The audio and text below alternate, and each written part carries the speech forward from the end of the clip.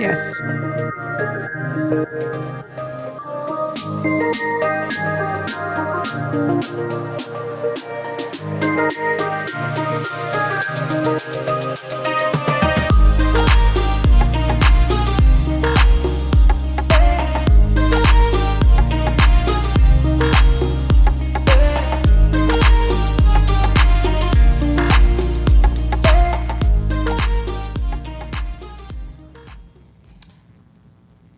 Good evening. My name is Ellen Truskowski, and I am the Director of Student Assignment. I am joined tonight by... Hi, I'm Mandy Leathers. I'm an Instructional Staff Developer with the Student Assignment Office and District Application Programs. And tonight's designed just to kind of take a little bit of that anxiety away and be able to walk you through some of the ins and outs about applying for one of our district application programs, one of our magnet or fundamental programs, as well as actually walk you through on what you will see during the application process, so you'll be a little bit more comfortable when you go to apply. Thanks, Ellen. We're going to start with some basics about just district application programs in general. They're also known as DAP, so you may hear programs referred to in that way as well. Pinellas County Schools currently has 82 magnet and fundamental programs throughout our district. They all require an application. They have a randomized selection process, and acceptance of an offer is needed to attend. There are two models for our DAP programs, both whole school and program within a school. Countywide programs and specific application areas also exist. We'll talk about that in just a few moments, along with transportation areas for our programs. Magnet programs provide arterial transportation within the application area, which just means on a more major road versus some of those neighborhood roads. Application areas are where we're going to dive into first. And Ellen, feel free to jump in at any time if you'd like to add anything in. For our countywide programs, anyone in Pinellas County with a Pinellas County address can apply. So wherever you live in the county, if that program is countywide, you are able to apply for a countywide program. If the program has an application area, then you would want to look for the defined application area based on your address. There are several application areas, the first being North County. We have a Mid-County application area, South County, and then a few of our programs have unique area application areas. Application areas are based on the zone middle school or high school for your address. And we'll show you a little bit about what that looks like on the map. In order to find your zone school, you can go to www.pcsb.org/zone. Elementary and middle school application areas are based upon your address's zoned middle school, which is what you'll find on the back of the DAP cover. The DAP guide cover, which is what you see on the screen. And then your high school application area is based upon your address's zoned high school. And I'm going to jump in for a second because it is a little confusing for some of those elementary families, is that it is zoned off the middle school. So if you go to pcsb.org/zone, you'd be looking for the middle school. And then on the back cover, as you can see, the top area talks about the elementary and middle school application areas and which schools are zoned are in which application areas. Thank you for that. That can be confusing at times.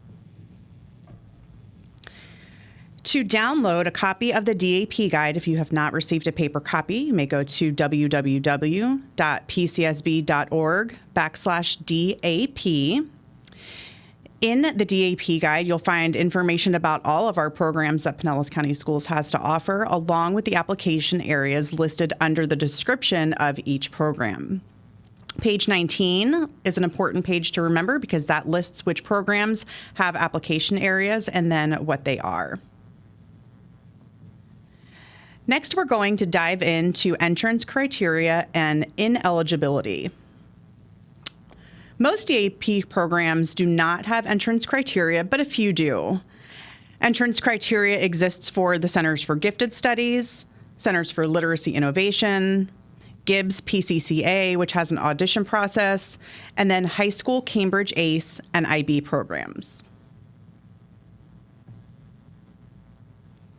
The Centers for Gifted Studies require a qualifying IQ score and a copy of the psychological report for the student. They may have an active educational plan. And please note, if you're applying from a non-Pinellas County school, you'll need to bring documentation to the school's gifted coordinator before January 27th of 2023. For the Centers for Literacy Innovation, which has two programs. North County program is at Elisa Nelson, and then our South County program for the Centers for Literacy Innovation is housed at Midtown Academy.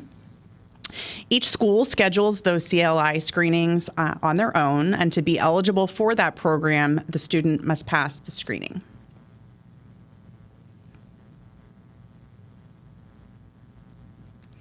High school Cambridge ACE and IB programs also have entrance criteria. Prerequisite course for Algebra 1 Honors or Algebra 1 credit through the Credit Acceleration Program are required for entrance to either one of those programs. There are also grade requirements for 6th and 7th grade final academic grades. They should have, they're expected to have all A's and B's in math, science, social studies, English, plus a world language, those core classes, and then an 8th grade semester academic grade of A's and B's in those same courses. They're also looking for required test scores, a combination of one qualifying math score and one qualifying reading score based on the following options, and you can see those listed below. So the entrance criteria consists of those passing FSA scores, and then national named assessment taken in the last 2 years would be another alternate score there for math and reading.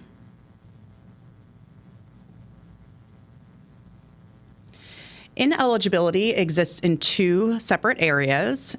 Students may be found academically ineligible if they are applying to one of the programs with entrance criteria, and they don't meet that criteria. So on the previous slide, several slides, I showed you some of that academic entrance criteria, and a student may be found academically ineligible if they did not meet that criteria.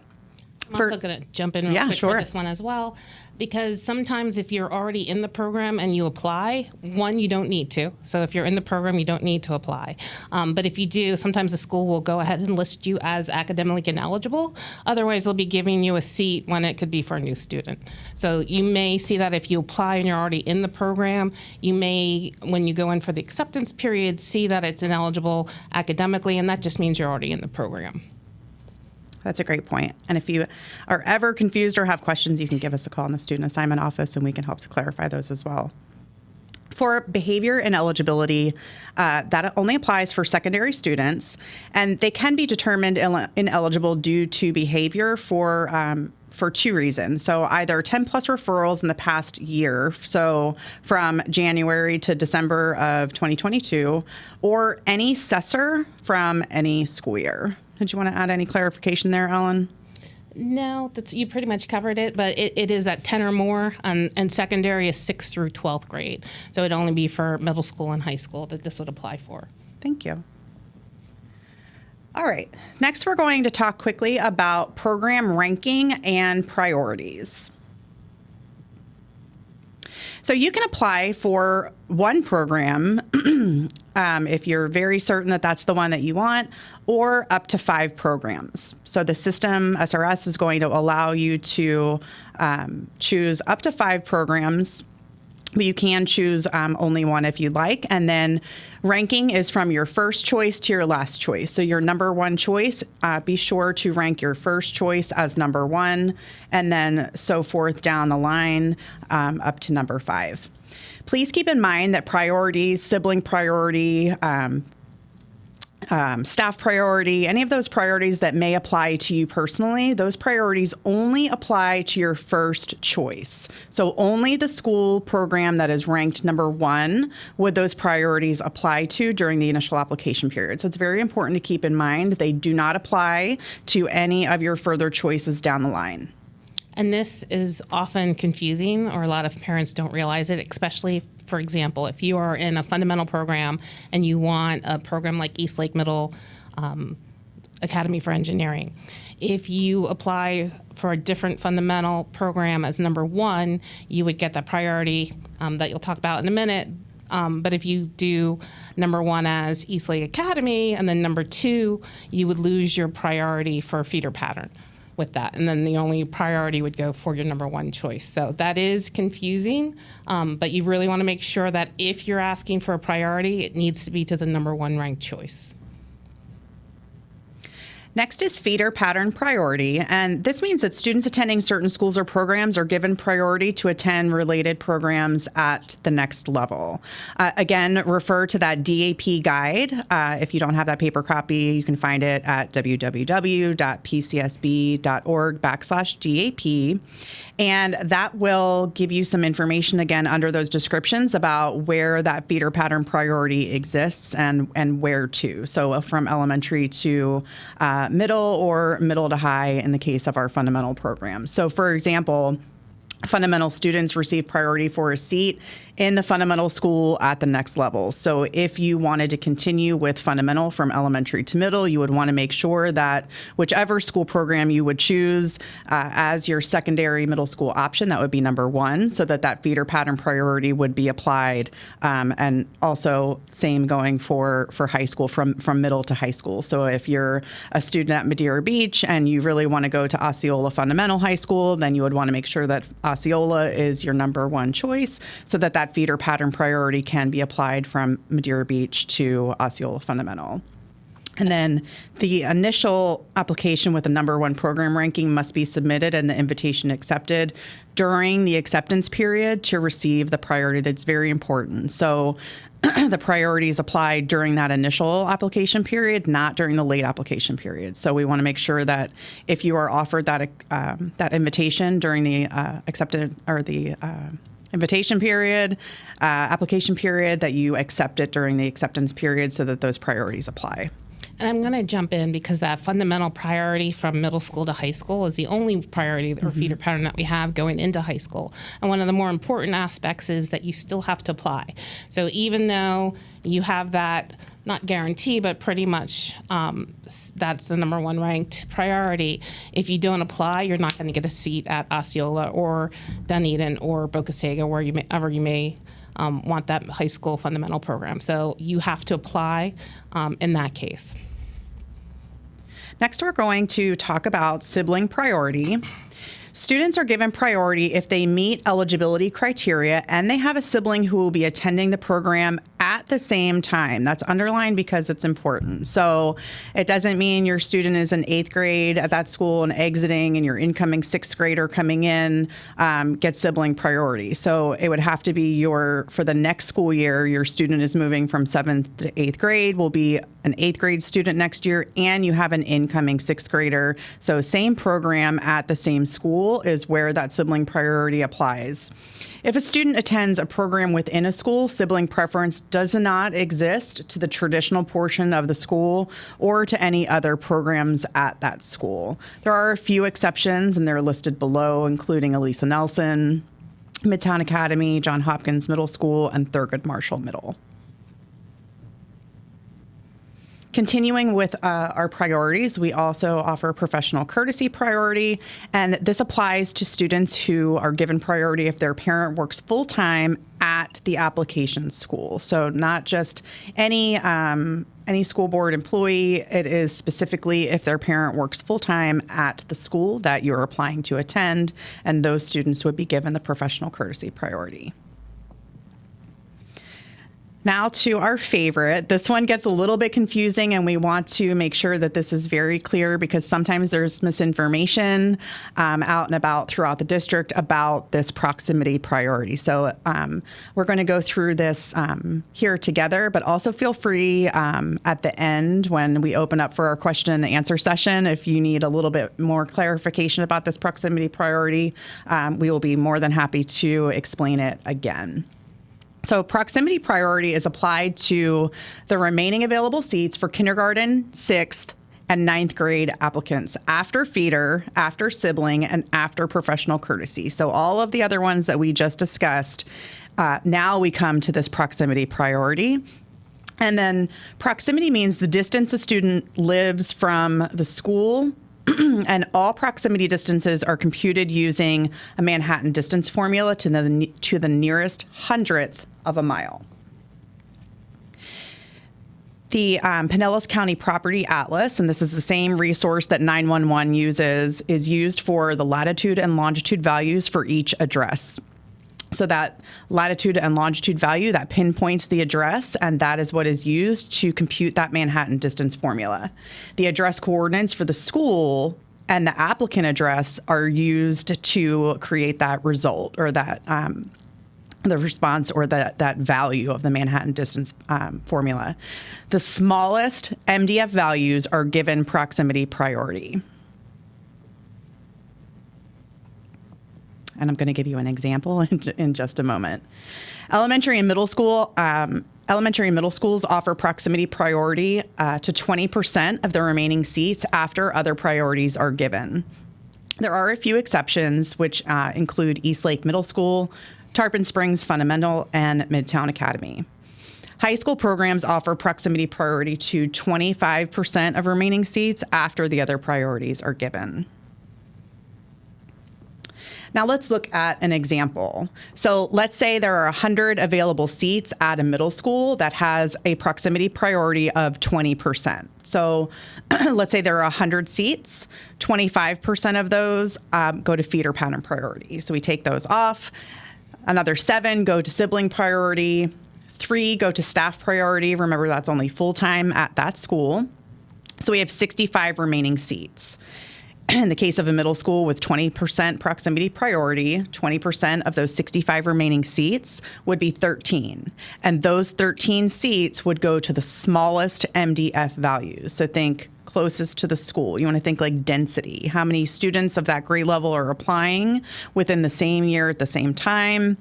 So that's why that value can change from year to year. So there may be more incoming sixth graders applying this school year than last year, and that value would have increased. So think density within the area, and then it can spread based on the amount of students in that grade level that are applying for that particular program. And then 52 seats that are remaining out of that original 100 would go to randomly selected names using the computerized randomizer. And this number changes based on the number of seats that are available per school. Sometimes it's only 2 or 3 seats that are given by priority because there's so many sibling priorities or feeder pattern priorities that year. The distance also changes each year, so we'll get a lot of phone calls asking us, what's the chances, what's the proximity? And we've had some where one year it might be 0.25 miles, and next year it's 5 miles, the year after is 3. We don't know those numbers until after the application period ends. So not knowing who's applying each year makes it a little bit difficult to be able to give exact examples on that priority number. I do want to also clarify, because a lot of times we'll get a phone call and I hear all the time, well, we live within 2 miles, we're in the 2-mile radius. And I'm not sure where that misconception comes from, but there is no such thing as like a 2-mile radius. That idea of a radius doesn't exist. It's whatever percent, those numbers, and then it looks at the smallest Manhattan distance number and goes onward until those seats are full. And then it's randomly sorted. And I just want to emphasize, Mandy had talked about kindergarten, 6th grade, and 9th grade, and that's just because those proximity priority only applies to the incoming grade level of that's each school. Thank you. And another thing to think about as well, when you look at the bottom at the 52 seats that then are selected with the randomizer, the computerized randomizer, we'll also kind of get some calls. Well, you know, I live closer to the school than this person that applied that's 5 miles away. If you do not get the proximity priority according to that Manhattan distance formula value, then you're a part of that remaining, the remaining seats that are those randomly selected. So at that point, the distance doesn't matter. So it doesn't, they are random. It doesn't take the random and then sort them by priority, proximity priority again. That proximity priority has already been applied to the smallest MDF values. So it could be that someone that lives further away from the school gets in and your student doesn't, and you live closer to the school, but you didn't live close enough during that year, during that application period to get that proximity priority. So once you're in that pot of numbers or the pot of seats that goes to the randomly selected that goes through the computer randomizer, then that is no longer a factor. So I thought that was important to mention as well. Very good point. All right, next we're going to take you through a virtual application walkthrough. So we're actually going to open up that link on Ellen's computer, and we're going to show you a few things to look out for. So you're going to go to reservation.pcsb.org. I have a pre-production version up, so it'll look pretty much like this. It just won't have the big red pre-production information. You need a parent account. So if you have not received one already, it's very easy. You just need to take a photo ID and go to any Pinellas County school, regular school or charter school, and they can issue you a parent account. If you already use it to go into the Focus portal and check your child's grades and that type of stuff, it's the same account. So if you use that already to look at your child's, you already have it. And there is no advantage as to applying at 12:01 tomorrow morning as 4:58 on the last day. It's all a randomized computer program. And so when you apply doesn't matter, just that you apply during the initial application window. That initial application window is going to be your best bet as far as getting into one of the programs.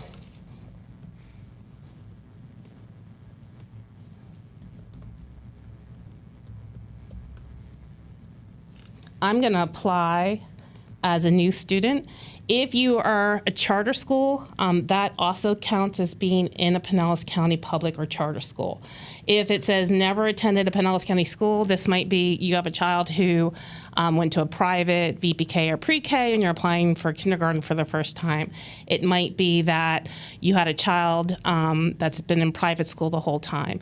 If your child has been screened by the for ESE or gifted services, if they have attended a program maybe like 5 years ago and then you went to homeschool or you went to private and now you're coming back, your information should be in the system.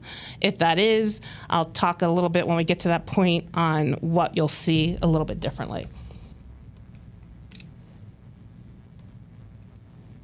You're going to choose the link that says District Application Program, Magnet Fundamental or Career Academy. You're going to make an application for the next school year, the 2023 or 2024 school year. You're going to click on that and hit Continue. I do want to mention before we go further, if you do not live in Pinellas County, you will not be able to apply using the system. It only takes in-county addresses. So if you have an address that's outside of Pinellas County, you cannot apply via the student reservation system. You'll just have to apply using a special attendance permit, and we'll talk a little bit about more after we get through this application walkthrough. So you're going to put in the name of the student,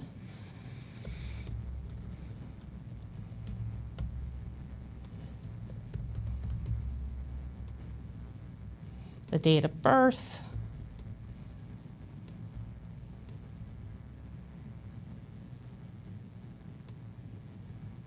and hit Continue. If you have a student ID, which you'll be able to get on the portal on the report card, or you have applied already, you can enter the application on that previous screen.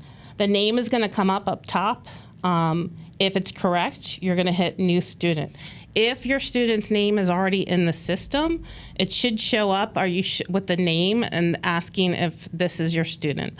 So if you're somewhere in our system, you may get a separate pop-up where you have two different options for that. You're going to go ahead and enter the gender. You're going to enter the grade level. Social Security is voluntary. It's not needed to apply. It's going to ask, and this is for Florida, requires us to ask. It's going to ask your ethnicity and race.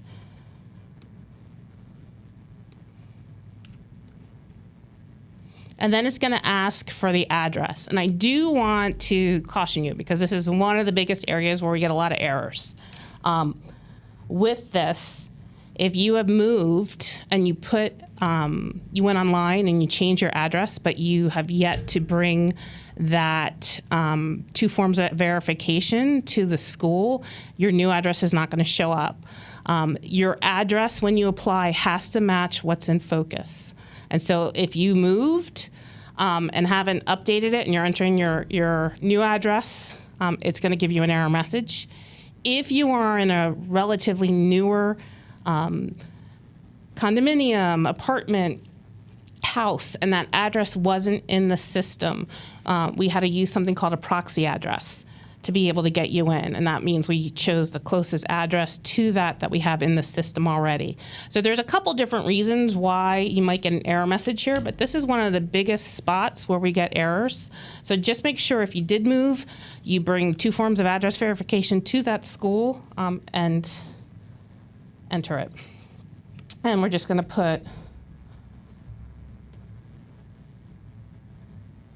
in an address.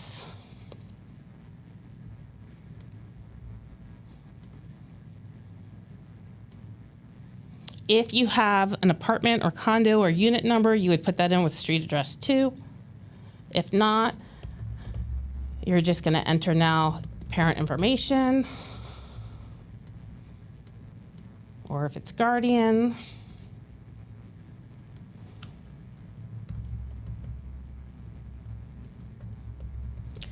If you put your email address in here, it will send you, when it gets to the point and it's a confirmation page, you will get the confirmation emailed to you.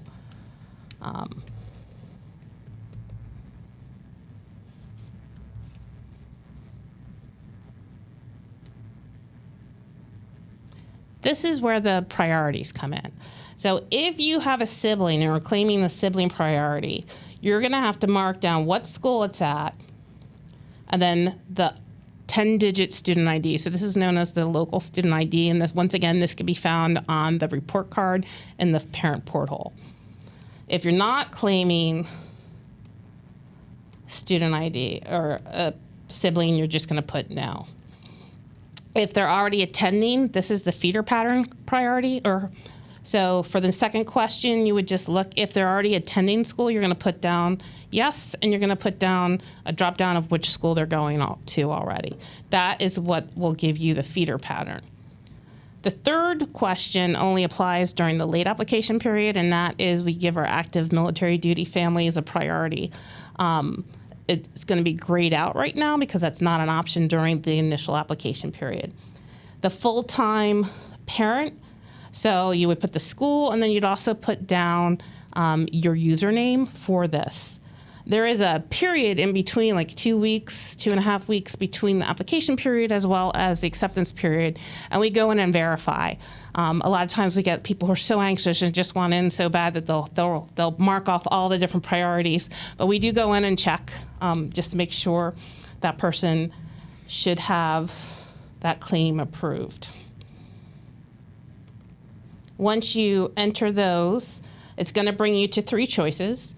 It's going to say here, talk about how you rank. When Mandy talked about ranking 1 to 5, number 1 should be your highest or the choice that you want the most, 5 the least. You're going to choose the appropriate grade level.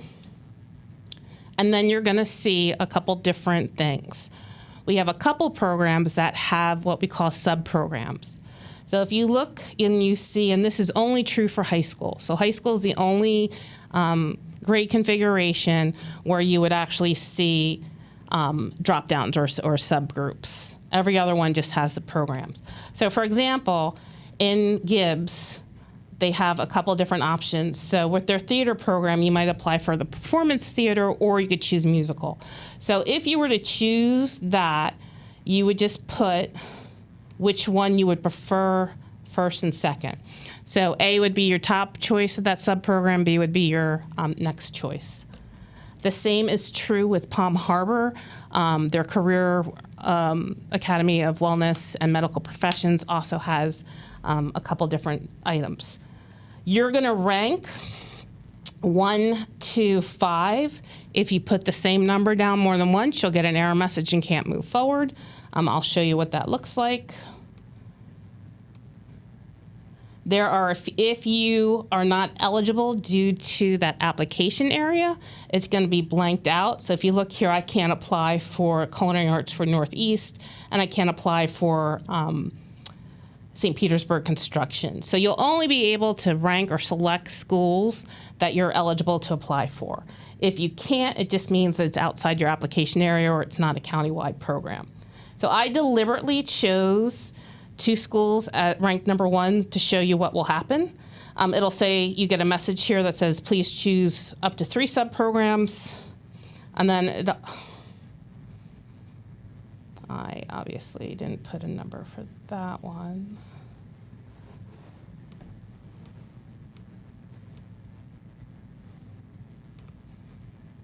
And it says you must rank, so that means I had 2 that were ranked as number 1, or 2 that were ranked as number 2, so I'm going to just switch it.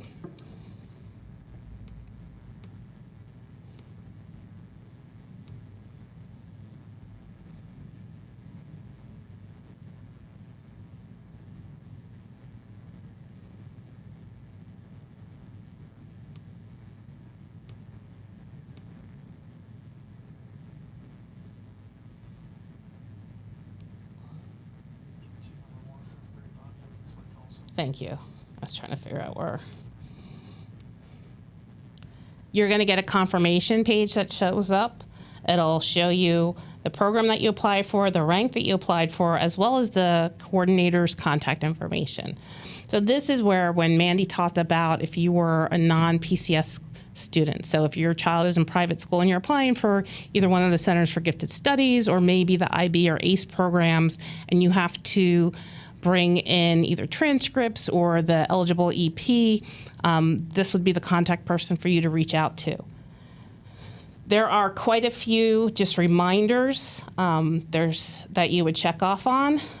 One, that priorities are only given to the top ranked. Another one says that you're acknowledging that it's arterial transportation. Another one is if you do choose, if you have curbside transportation written in IEP, if you're choosing a DAP program, you are only given arterial transportation. Curb to curb does not apply for one of our district application programs. So it has kind of all that different information. It talks a little bit about the fact that some of the programs have academic criteria. You're going to click that you understand and then hit continue.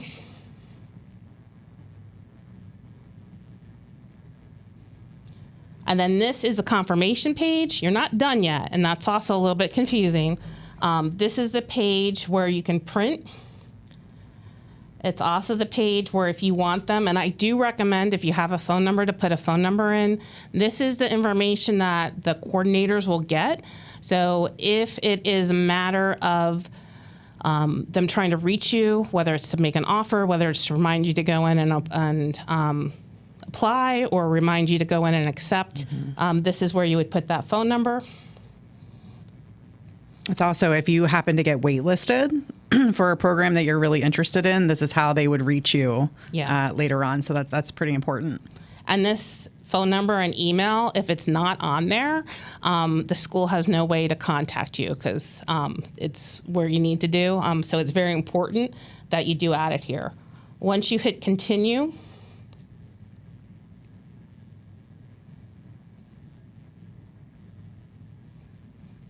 as it spins and we wait, you will finally get, once you see this, you have successfully applied for a DAP application program. This is where it is finalized. We do have a survey that we would like for you to take, or we ask for your opinion. Just kind of gives us ideas on where you heard about the programs, helps us with our marketing efforts, as well as looking at what kind of programs might we not have that you would like to see. So we use that information a lot to help guide us on program growth, what we can do to change, how we can better communicate. So if you have, it takes about 5 minutes time, we do appreciate you going ahead and applying. I do want to make a note that you can go back in and apply at any time or reapply. So let's say you change your mind. You are able to go back in, you are able to reapply. We do have some precautions and some screens. There is a screen that you would get to, and I can show if people, during the Q&A, if people want to see it, we can bring it back up. But there's a spot where there's like 3 or 4, are you sure? Because once you go past a certain point, it will delete the original application. And so if you get past that point, that application is going to go away, and you have to make sure you go all the way through the end for it to stay. Whatever the last application you make before the deadline of 5 p.m. on the 20th is what will be in the system. We're going to turn it back over to Mandy so we could just go over a couple important dates, so a little bit more information with that, and then we'll open it up to any questions and answers that you may have. All right, so we are going to look at some mark your calendar important dates here. These are the important ones for you to know right now. So the initial application period opens tomorrow, January 10th, and it runs through 5 p.m. on January 20th, which is a Friday. The initial acceptance period will run from February 8th through 5 p.m. on February 17th. And this is that time where you're going to want to log back into your application, and you'll be able at that time to see any offers that you've received from programs and accept the program of your choice at that time. Or if you do not receive an offer that you're interested in, you can then choose to remain on the wait list for the programs as well. Looking ahead to the week of February 20th through the 24th, that is newly invited sibling request week and also appeals week. So that involves two different things. So say you have two incoming sixth graders. You applied for Eastlake Middle School. One sixth grader got in, and the other was put on the wait list. During the week of February 20th through the 24th, you can request that the second sixth grade student be given that sibling priority, so that they have a better chance of moving up that list and getting in. When we're thinking about appeals, we talked about reasons, both academically and behaviorally, that a student may be found ineligible. This would be the time when you would contact the coordinator at that school and discuss why the student was found ineligible, whether it was a class that was missing or scores or something to do with behavior. That would be your time to appeal the decision of being found either academically or behaviorally ineligible. And then the late application period opens on March 21st of 2023. So those are super important dates to remember. They're also on our website if you want to visit there as well. Again, that's www.pcsb.org/DAP. And I'm also going to say that on February 8th, we're going to do another one of these sessions with the acceptance period. So 5:30 on February 8th, and we will walk you through what to expect or what it looks like during the application or the acceptance period. I am going to go back to just show you on my computer what the acceptance email or confirmation email looks like. And then I do want to show you a little bit, if you changed your mind and you wanted to reapply, that one screen set, because every year we get lots of very upset and unhappy families who pass that one screen I was talking about, and they don't finalize or finish out, and they end up deleting their application. So they think they applied, and when they go to the acceptance period and they sign on, they can't find their application. So I want to make sure you see what that looks like in order to avoid that if you decide to go in and apply for different programs. So I'm going to take you back to my computer. This is the confirmation email. So if you put your email in on that last screen where Mandy was emphasizing the importance of putting your contact information in, that if you put your email in, this is what you're going to get. Once again, it gives you your program selections, and it also gives you contact information.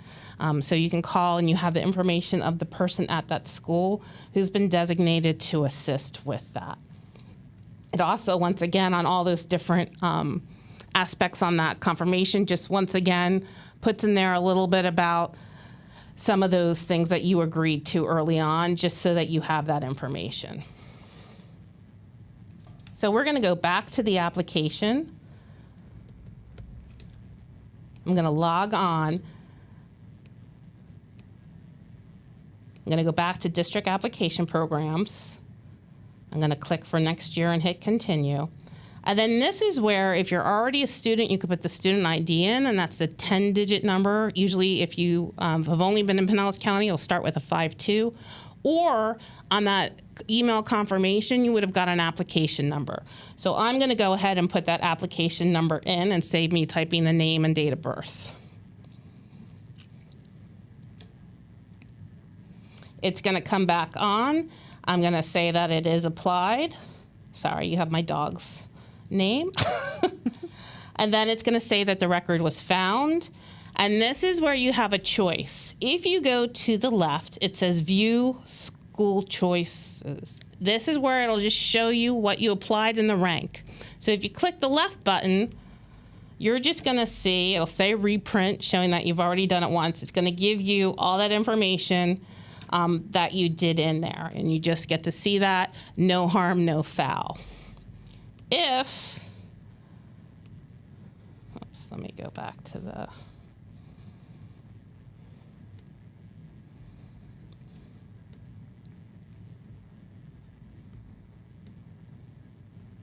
if you choose change school choices, so if you're changing your school choices, we have tried to put in as many preventive things as possible, but just I want you to see it so that you fully understand. If you click continue, if you look, it says your previous program choices will be removed and you would be required to re-enter your application, all program choices. So once you pass the screen, we got one more pop-up, but it basically is deleting anything that you've previously done. Okay, it'll say your previous choices have been deleted. Please continue. At this point, you have 0 applications in. If you do not complete the application and go through the whole process and go through it again, you will not have an application submitted. So you have to go all the way through.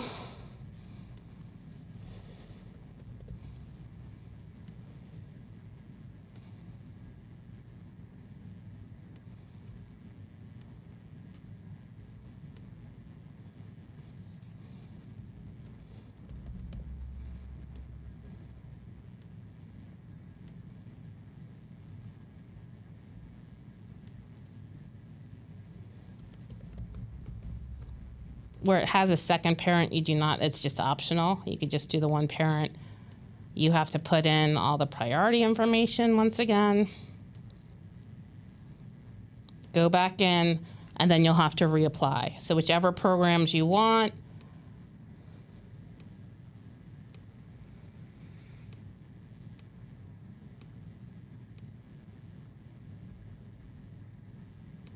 I'm just randomly selecting.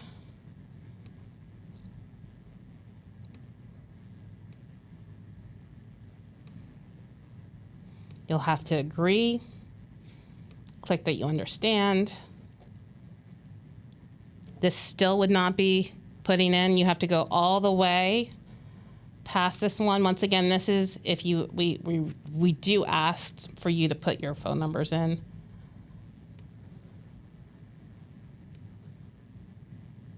You have to go all the way to this screen that's about to come up.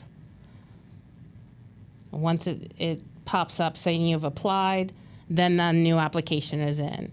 And if you don't go all the way to this page, you've deleted the application. And we just want to make sure of that because every year we have quite a few disappointed families, and I hate when that happens. But there's not much we can do once you've deleted it. So at this point, we're going to open it up to questions, any questions that you have, and Mandy and I will be happy to assist or answer any questions you do have. We have some questions. My daughter attended a PCA school in 2021 school year. She then attended a private school in 21-22 and 22-23 school year. I want to apply to a fundamental school for her next year. Is there anything else I need to do, like get her files from the private school if she has attended a PCS school before? So when you go to, if you apply and you get an offer and you accept it, at that point in time, you'll need to bring in the transcripts. For a fundamental, you won't because there's not prerequisites. The only thing you may want to do is if you haven't used that parent account in the last year, which you wouldn't have because you're private, you'll need to get that password reset. So you would just bring a valid photo ID into any Pinellas County schools. Once you do that, you would get your password reset, and then you'll be good to go. Those parent accounts, if you don't use them within a year, they get archived.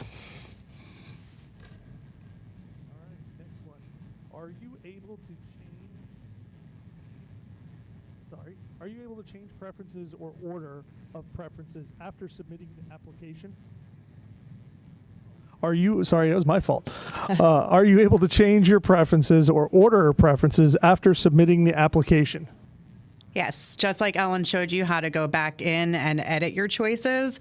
Once you delete those first choices, you're basically doing the application all over again. So you can choose the same programs that you chose originally, just in a different rank, or you can choose entirely brand new ones. It doesn't matter, but it is essentially a new application and the old one is gone. Whatever the application that was done closest to the time of the closing, so 5 p.m. on January 20th, will be what goes into the system. So you can change it as many times or as few times as you want, or not change it at all. I have a Pinellas County account for my daughter in elementary school. My son is in a private school now.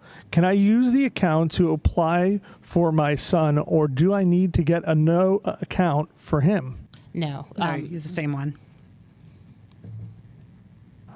There are so many fundamental and magnet schools. What is the best advice for a parent who is new to the system, and how to narrow down your choices? Also, besides Google reviews, is there a reliable website that you can recommend to help parents get a sense of what other parents thought of the school? So there's a couple different pieces to this answer. One is that we still have a few schools that have discovery nights. Mm-hmm. So if you have not already visited the school, you can go on to pcsb.org/DAP. One of the left-hand side drop-down menus is for discovery nights.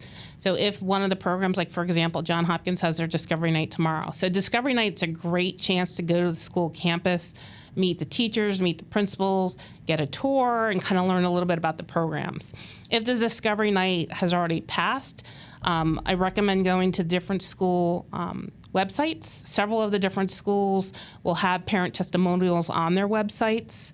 As far as grades, our website, actually, our AAR department, or Assessment, Accountability, and Research, has an interactive program where you can actually go in for each of the schools and get the school grade and how many kids are making gains, and it gives a lot of information about that school.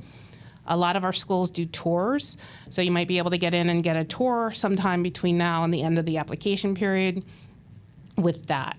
And I will tell you, sometimes going in during the day, if you're able to, and actually seeing the school is one of the best ways to kind of get a feel for it. One person's experience may be negative, and you might have 5 more that are positive. And I would just caution that the school grade's not everything. There's a lot of schools and programs that we have that are doing amazing things on their campus, and I love it. But if you were to just look at that grade, then you're losing out on a wonderful opportunity. Did you want to add any more? No, I think that.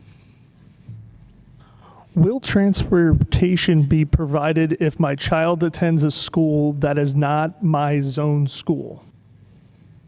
Transportation will be provided for DAP programs within your application area. So that arterial transportation would take your child to the program that you've accepted within the application area. So if the program is countywide, you would receive transportation from wherever you are, say North County down to Gibbs High School, PCCA in South County. So it just depends on where you are. The only exceptions to that are our fundamental elementary and middle school programs. For the majority of them, you would provide your own transportation. We do have one exception, and that's Thorogood Marshall Fundamental. Since they have half their school gets transportation with the Center for Gifted Studies, we do provide transportation for the other half, as we have a lot of sibling priorities across both programs. Do feeder pattern priorities from middle to high school fundamentals follow North, Mid, and South County rules based on zoning? So all of them are countywide application areas. So you can apply to any of them and get the feeder pattern. Where it gets a little tricky with that is transportation is based on those application areas. So you might live in St. Petersburg or South St. Petersburg, apply to Osceola, get into Osceola, you would be responsible for transportation. So transportation's offered by application area. So South County would get transportation, arterial transportation to Boca Ciega's fundamental programs, Mid-County to Osceola, as well as North County would get arterial transportation to Dunedin. And Osceola is one that does have an exception that if you are in South County and you can get them to the closest bus stop within that mid-county area, transportation will pick you up. So it's one of the few programs where transportation does have some exceptions. Do feeder pattern priorities apply if the student is moving from VPK to kindergarten at the same school? No. So all DAP programs or Magnet and Fundamentals are kindergarten through 12th grade. The VPK and pre-K programs are not part of the Magnet and Fundamental program. So you would have to do a separate application and you would not get feeder pattern. Are there prerequisite courses for the medical programs in high school? No, there are not academic eligibility requirements. There are recommendations. If you check out their website, you can see something that they may recommend or courses they may recommend that your student has taken, but there are no official academic requirements for the medical program. If your child is already in a fundamental school, can you apply for another? So good question, and it's a little tricky because it depends on when. So during the initial application period, you can apply for any program even if you're in a program already. After that initial application period, you would have to give up your seat to be able to apply. So once that late application period starts on March 21st, if you're in a program or have accepted a program for next year, so let's say you accept a program for next year and you said, maybe I want something else, you would have to give up that seat to then be able to apply. So during this initial application period, which is 12:01 tomorrow morning all the way through 5 p.m. on the 20th. It doesn't matter. You can apply whether you're in a program or not with no penalty. If my 8th graders attending a fundamental school ranks a magnet program first, but does not get in, will they lose their fundamental feeder priority? Yes. Yes. To have any of the priorities applied, it has to be ranked your number one choice. Do I need to apply for my child for the gifted program if that would be his assigned school? So, yes. So even if it's assigned school, they do have the traditional side or the zone side of the school will have a gifted elective. But if you wanted them to be in the Center for Gifted Studies, where every teacher has either a gifted endorsement or is going for the gifted endorsement, you would have to apply to be part of that program. So Morgan Fitzgerald, Dunedin, Highlands Middle, Ridgecrest, any of those you would have to apply for to be in that Center for Gifted Studies. If my child is a current PCS student, will all the application information already be pre-populated? So I'm not sure about that question. You'll have to, if you're talking about going in and applying, you could put the student ID number in, and that'll save you entering their name and date of birth. It's still going to ask It's going to ask, is this your student as she showed you on there? And then it's going to still ask you to verify the information and those types of things. Yeah, it'll still check that address. Once again, I can't stress enough, you will want to make sure that the address matches what's in focus, or else you will not be able to apply. Can a student attending Pinellas Virtual School follow the same process to apply for a DAP program, or would that be a SAR? So the Pinellas Virtual is actually considered a magnet program.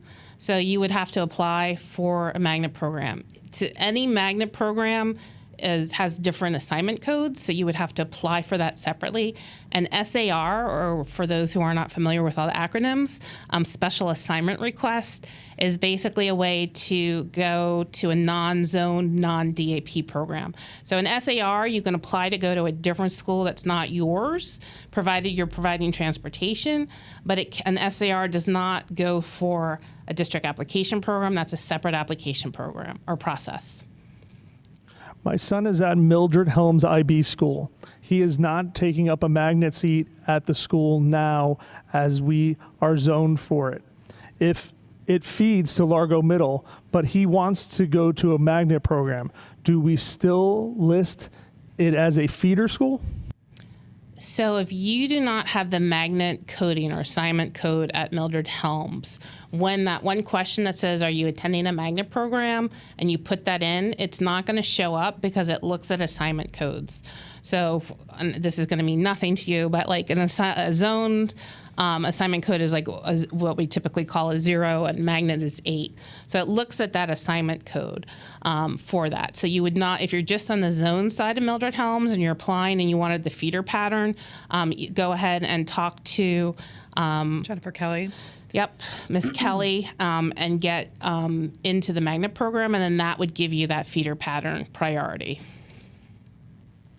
My student went to a magnet elementary school and then moved to FLVS. She is now applying for high school. Do we select that the previous school was a magnet school?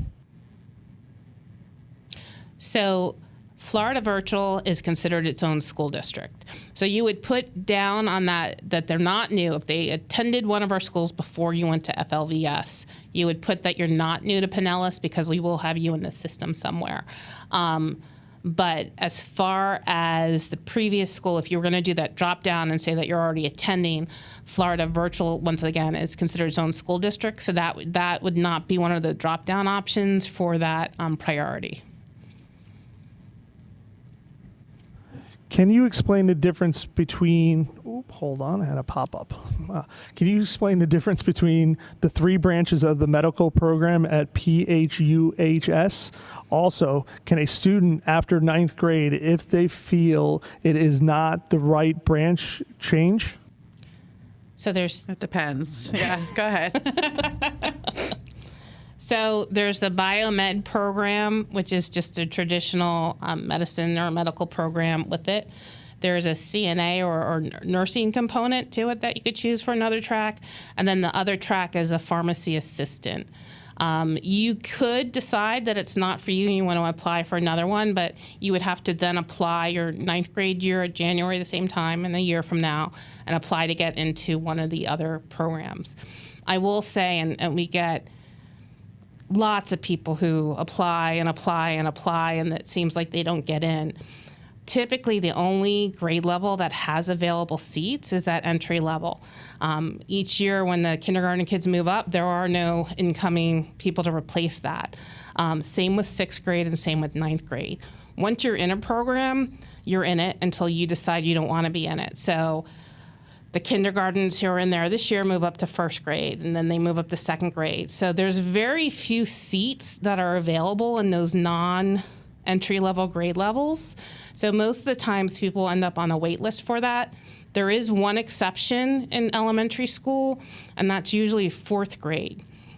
And in 4th grade, the classroom size average goes up. So most of the schools will have seats available in 4th grade. So the 2 best times in elementary school to get in are kindergarten and 4th grade. Easiest grade for middle school is 6th. The same with high school would be 9th. So not sure. It depends on if there were a lot of people not thinking the right track. There may not be those available seats in 10th grade to get in, but you can definitely apply. I just wanted to put it out there because I don't think that piece, as far as the seat availability, can be emphasized enough, because I know lots of families get frustrated where they feel like they're applying year after year, and that seat availability really only being on those entry grade levels. And that there may not be seats in the other grade levels. Right. It's as if a family has to give up the seat. So that, that kindergarten cohort would go throughout until 5th grade unless someone gave up a seat. So, they'd have to move away or decide it wasn't for them or something like that in order for that seat to become available. So, we receive hundreds of first grade applications, and there's not very many first grade seats offered because not many kindergarten to first grade parents have given up the seat. There aren't any seats to give. So that ninth grader choosing the wrong track or maybe not the right fit track, you can definitely apply.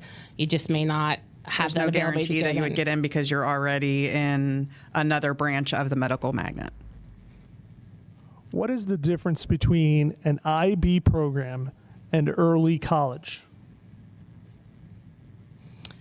Do you want me to go? Yeah, go ahead. Okay. So IB is a magnet program. It is international baccalaureate. It's in over 180 different countries. Most people, if you pass all the tests and do everything, you can leave with almost the equivalent of the associate's degree. Same as early or dual enrollment sometimes in the number of credits you can get.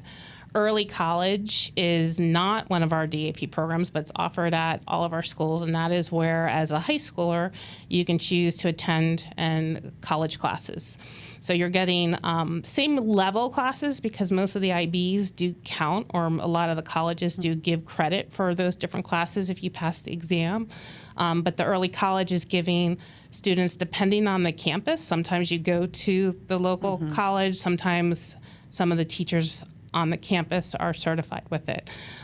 You cannot be in early college if you are already in a magnet program. So you would give up a magnet seat to go into early college.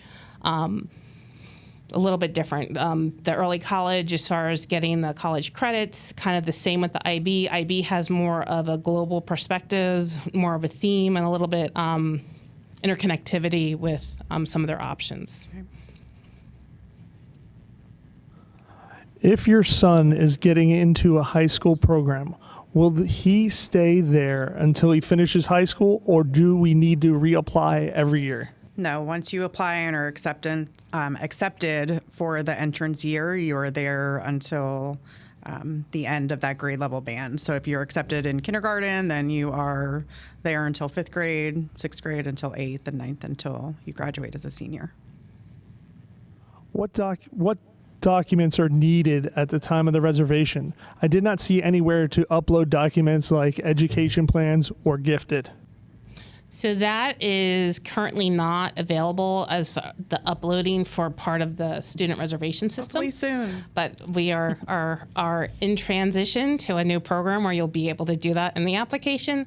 So currently, if you have an active IEP that we are not aware of or do not have access to, that contact when you apply, that contact name, that coordinator's name, that is who you would want to email or drop off the documents at that school.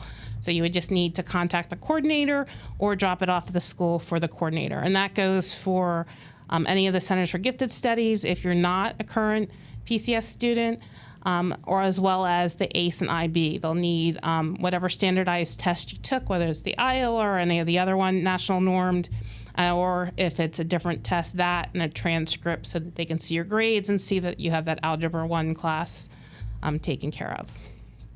Here is our last question of the night. Is there a way to double check that my application is in the system? Make sure you put in your contact information so that you can get that confirmation email. That's going to be your best peace of mind, is that confirmation documentation that your application has been submitted, and that won't be sent to you until you've processed all those steps. So even those couple confusing ones there at the end that Ellen showed you, that may make you feel a little bit insecure that it's been, if it's been submitted or not, that confirmation email is going to be something that you'd like to hold on to. Do you want to add anything to that, Ellen? There's also that page right before you submit it. It has a confirmation. It'll say print. Mm-hmm. So a lot of times if you print that out or take a picture of it of your cell phone, as well as that last confirmation, but putting your email in and that email confirmation is key. I will say once again, if you go in and you pass that one page and that one sign and you don't complete it all the way, you may have that email confirmation, but if you deleted your application, didn't apply and take it all the way to the end where you got you have successfully submitted an application, you've deleted it even though you have an email confirmation. So if you have that email confirmation, that's the best way. I will tell you that we will be slammed with phone calls tomorrow because of addresses. We'll be slammed with username and passwords. So just know that student assignment is not the best place to get the parent account updated. The easiest and fastest where you'll get more results is to take a photo ID to any of the local schools. But we'll be dealing with a lot of the address issues as well as some troubleshooting type of one. So to call to ask if you got a confirmation or went in, that email is the confirmation. Yeah, definitely. And then if you get referred to our office for any reason and you are leaving a voicemail or saying the voicemail is full and you've sent an email, please know that we will return all of those emails and voicemails that we receive regarding the application period and your personal questions if you are, again, directed to contact our office before we leave on January 20th. So we really want to make sure that all families have their questions answered, that they are feeling prepared. And if we receive your inquiry before 5 p.m. on January 20th, we will make sure that we get back to you before we leave on Friday night.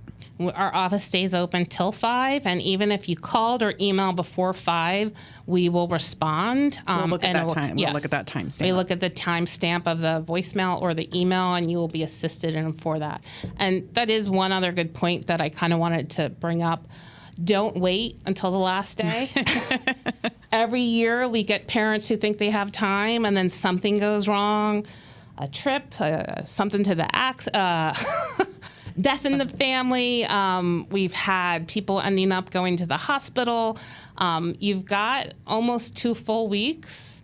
So please, the earlier, just to save in case something goes wrong, there's a technical glitch, you have internet issues at home or connectivity, getting it in and not waiting to the last day and the last minute is just a little bit helpful. It is randomized, so it really does not matter. And every year we say you don't have to be up at 12:01. I am, just because I test it out and I get nervous. But just know that you could wake up at a normal hour and apply.